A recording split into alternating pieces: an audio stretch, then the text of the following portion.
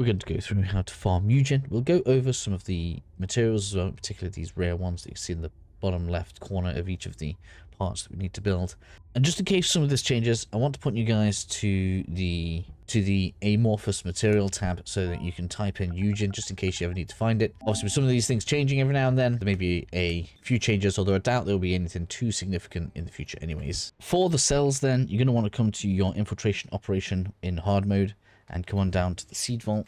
Change this over to the second tab where you'll find that you can get the amorphous pattern 85. You will need to be able to defeat the Pyromaniac for this. As you can see, 85 is unlocked by defeat of the Pyromaniac.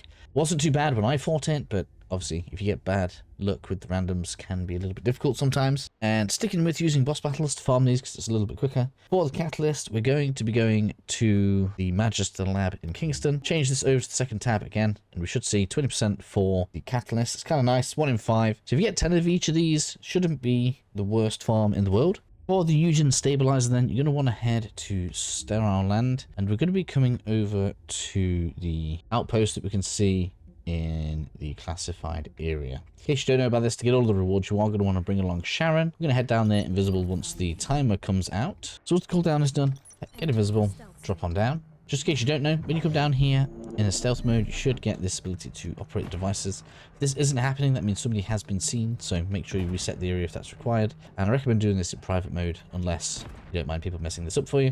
Go ahead and give these guys a slash. I like doing a slash, then go back invisible. As you can see, this gathers everything up. And if you're using something like the Thunder Cage, use that to clear a load of the enemies out, which makes things a little bit easier. And we actually want to get the 64 and 65 amorphous patterns from here, as one will drop us the stabilizer at 10% drop chance. I think it's the 64 will drop us the code at a 6% drop chance, which will give us access to all of Yujin's parts, allowing us to now look at farming up the materials. For the divided plasma battery, we want to go on normal mode, and I think it's the asylum that we want to do. We'll notice the Hello Sharon part, that's correct. We're going to go in private because we're not planning on finishing this mission. We're going to go in private because we're not planning to finish this mission. And we're just going to rush forward to like pretty much the first encounter in the area. But it's pretty good for this, just to speed things up a little bit. Rush on through. This is the zone that we're looking for.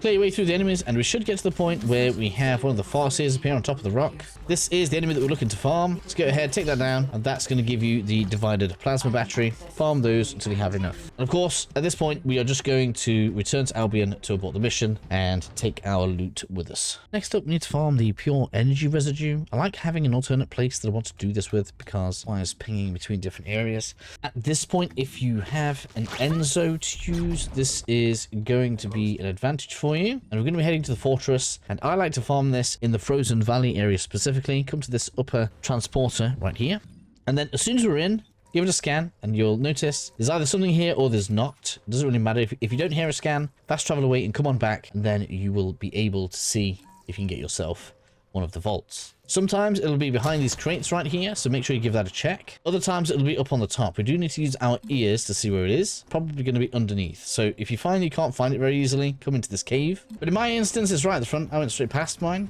just to show you guys a couple of the positions that it can be in. In case you've never done this before, it's just a couple of buttons we have to press. Enzo makes this a lot easier and means that we get extra rewards, which is useful.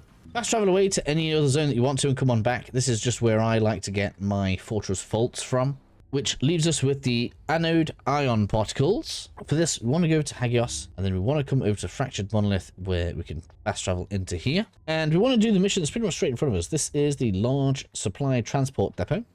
Start the mission and progress it normally until you reach the point where we interact with the mission objective right here. And now we're going to be tasked with destroying the Kuiper ores. We don't need to do these at all. In fact, you don't really want to complete them at all. Instead, we're just going to hang around and we're going to farm out all of the yellow named enemies, which is what is going to give us the resource that we need.